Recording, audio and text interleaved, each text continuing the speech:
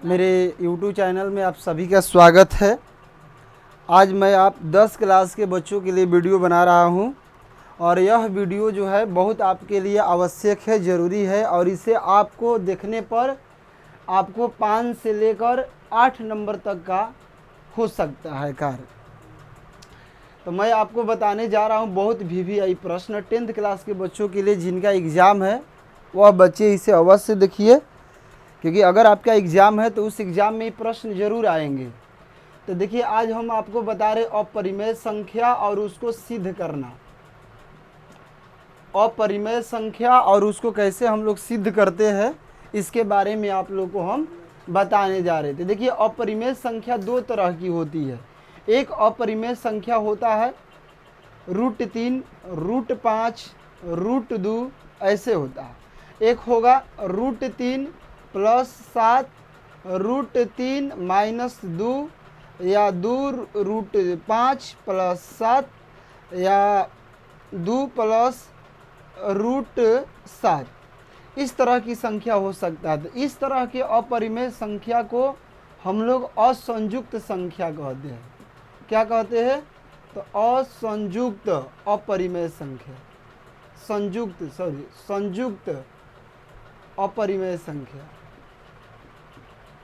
अपरिमेय संख्या, तो इसको हम लोग संयुक्त बोलते हैं। और एक परिमेय संख्या अपरिमेय संख्या होता है जिसको स्वतंत्र अपरिमेय संख्या कहते हैं। स्वतंत्र अपरिमेय संख्या। तो जो अपरिमेय संख्या दो तरह के आपके सामने आएगा एग्जाम में। एक आएगा संयुक्त, जिसमें ऐड होगा, सब्ट्रैक्ट होगा, मल्टीप्लिकेशन होगा या डिवाइड भी हो सकता है, जिसे 1/√2 भी हो सकता है। और इसमें क्या होगा, सब सिंगल नंबर रहेंगे, तो इसको हम लोग बोलते हैं स्वतंत्र अपरिमेय संख्या। तो संयुक्त अपरिमेय संख्या को सिद्ध करने का अलग विधि है और स्वतंत्र जो अपरिमेय संख्या है उसको सिद्ध करने का एक अलग तरीका होता है।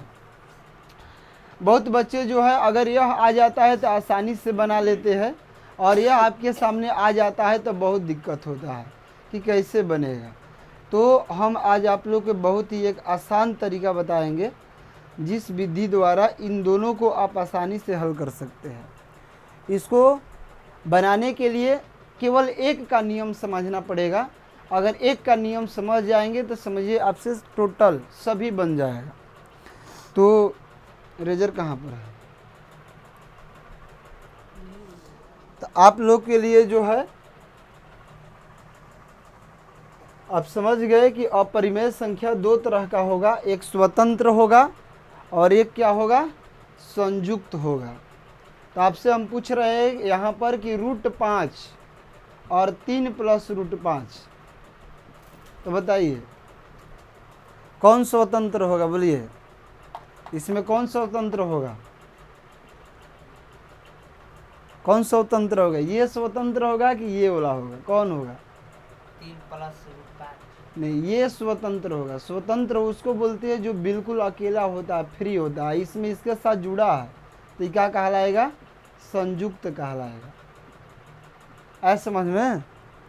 तो अब बताइए कि √7 और 2 - √3 में कौन संयुक्त है और कौन स्वतंत्र है?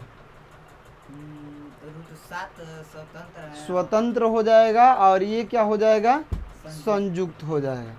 अगर आप इस बातों को क्लियर कर लेते हैं तो आपको समझ में आएगा कि स्वतंत्र जब आ जाएगा तो उसको बनाने के लिए क्या तरीका है और जो संयुक्त आ जाएगा तो उसके लिए बनाने के लिए क्या तरीका है। तो स्वतंत्र के लिए कुछ खास अलग नियम होते हैं और संयुक्त के लिए कुछ शॉर्टकट नियम होते हैं जिसको आसानी से आप बना सकते हैं। तो उम्मीद करते हैं कि आपको यह समझ में आ गया होगा।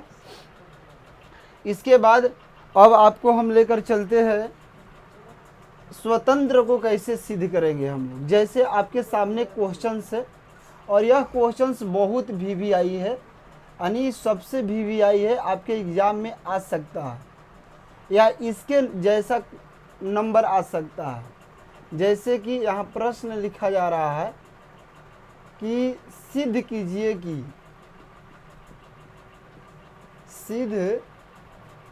कि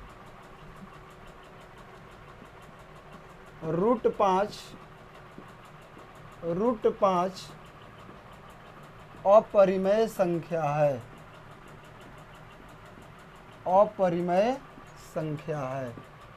तो इसके लिए क्या करेंगे हम लोग कि सबसे पहले हल लिखेंगे और इसको जस्ट उल्टा मानना है। आपको अपरिमेय कहा है तो इसको मानना है परिमेय। तो माना कि रूट 5 परिमेय संख्या है, परिमेय संख्या है। अब चलिए परिमेय संख्या के आपके सर परिभाषा बताए होंगे कि परिमेय संख्या वह संख्या जिसे P/Q में लिख सकते हैं। तो यहाँ पर इसके अनुसार क्या होगा, P/Q जहाँ PQ पूर्णांक है, ये भी लिख सकते हैं, या लिख सकते हैं कि P और Q जो है इसका जो मसा होता है, मसा लिख लीजिए पहले, प्लेस कम है। तो यहाँ मसा जहाँ PQ का जो HCF होगा 1 होगा और Q बराबर ≠ 0, तो इसको हम लिख लेंगे। इसके बाद इस प्रोसेस को लेकर आगे बढ़ेंगे। तो रूट 5 है, इसके नीचे कुछ नहीं तो 1 है, तो अब क्रॉस गुणा करेंगे, रूट 5 ले Q में गुणा करेंगे तो रूट 5 Q आ जाएगा, और 1 ले P में गुणा करेंगे तो P आ जाएगा। अब क्या करेंगे, या ऐसे भी कर सकते हो कि P को आप 1 से P में गुणा कर देंगे तो P आ जाएगा। स्वतंत्र वाला को पहले लिखने पर अच्छा रहता है। और Q ले रूट 5 में गुणा कर लोगे तो हो जाएगा Q और रूट 5, या ये भी लिख सकते हो रूट 5Q, आप दोनों में से कोई लिख सकते, यह आ गया। इसके बाद क्या कर लेंगे, दोनों तरफ वर्ग कर लेंगे। यहाँ लिख सकते हैं कि दोनों तरफ वर्ग करने पर, तो दोनों तरफ वर्ग करने पर लिख सकते हैं। तो आप दोनों तरफ वर्ग करेंगे, इधर भी वर्ग कर लेंगे स्क्वायर, और रूट 5 और Q है तो इधर भी स्क्वायर कर लेंगे।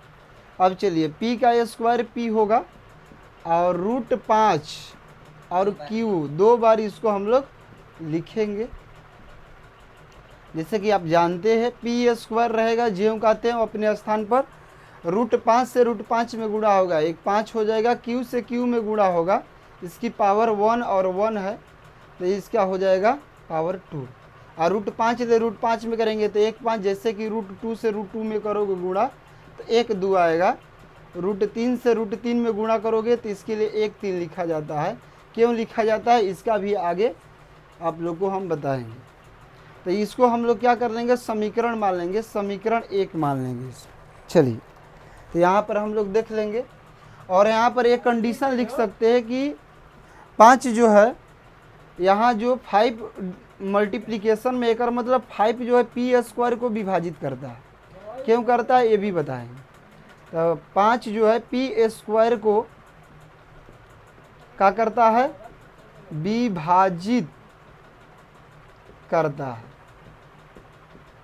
बताइए क्या करता है, तो विभाजित। इसलिए लिख सकते हैं कि 5 किसको विभाजित करेगा, P को भी विभाजित करेगा, P को भी विभाजित करेगा। इसका थ्योरी खुद लिखवाया गया है, तो विभाजित करेगा। तो जो संख्या विभाजित करती है, आपको बता देना चाहते हैं कि जो संख्या विभाजित करती है तो वह संख्या जो होती है उसका मसा होती है। इसका मतलब कि P का जो मसा होगा, P का जो मसा हो जाएगा वो 5 हो जाएगा। P का मसा कितना हो जाएगा, तो 5। इसके बाद चलते हैं समीकरण जो 1 माने हैं, वहाँ से कुछ रहस्य है। यहाँ क्या करेंगे, पुनः कुछ मानना पड़ेगा। पुनः क्या मानना पड़ेगा कि P बराबर 5 है तो 5m या 5m के स्थान पे कुछ भी ले सकते हैं, लेकिन 5 लेंगे। यहाँ अगर 3 रहेगा तो यहाँ 3 लेंगे, 5 रहेगा तो 5, 10 रहेगा तो यहाँ 10 लेंगे। और m, जहाँ m क्या है, तो लिख सकते हैं कि जहाँ m पूर्णांक है, क्या है, m पूर्णांक, इसको लिख सकते हैं। इसके बाद क्या करेंगे कि इसको समीकरण 1 में रखेंगे, जो समीकरण बनाए थे एक ना, तो उसमें रख देंगे। तो समीकरण 1 से तो समीकरण 1 है पी स्क्वायर बराबर 5 गुणे क्यू स्क्वायर। अब इसको हम ऐसे भी लिख सकते हैं या में कि p का पावर 2 कर सकते हैं, 5 क्यू स्क्वायर ज्यों कहते हैं। और यहाँ p को हटा सकते हैं, p के स्थान पर क्या लिखेंगे 5m, अब पावर रहेगा क्योंकि आप p के स्थान पर रखे हैं, पावर अपना स्थान पर रहेगा।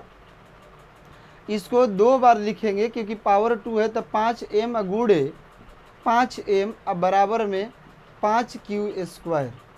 5 ले 5 में गुणा होगा 25 होगा, और m से m में गुणा होगा m स्क्वायर क्योंकि पावर 1 है, बराबर में 5 क्यू स्क्वायर। अभी देखिए a भी गुणा में है, a भी गुणा में है, तो ये भागा में जाएगा तो कट जाएगा, 5 25, तो यहाँ आ गया 5m स्क्वायर बराबर क्यू स्क्वायर।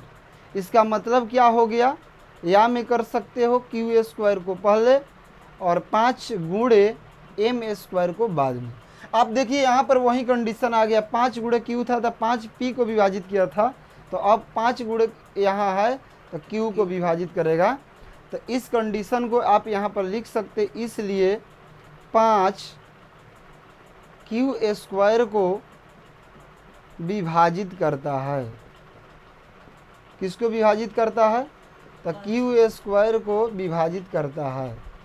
तो जब विभाजित करता है तो यहाँ पर लिख सकते हैं कि इसलिए 5 क्यू को भी विभाजित करेगा। सेम उसी तरह लिखेंगे, विभाजित करेगा। एक मतलब हो गया, तो जब विभाजित करता है तो वह संख्या उसका मसा होता है। एक मतलब कि q का जो मसा होगा, ये q है, ध्यान दीजिएगा, तो q का मसा यहाँ 5 हो जाएगा। तो आप बताइए कि p का भी मसा कितना हुआ, लिखे होंगे कि यहाँ पर कहीं देखेंगे तो आसानी से मिलेगा कि p का मसा कितना था, तो 5, और q का भी मसा कितना 5। इसलिए लिख सकते हैं कि मसह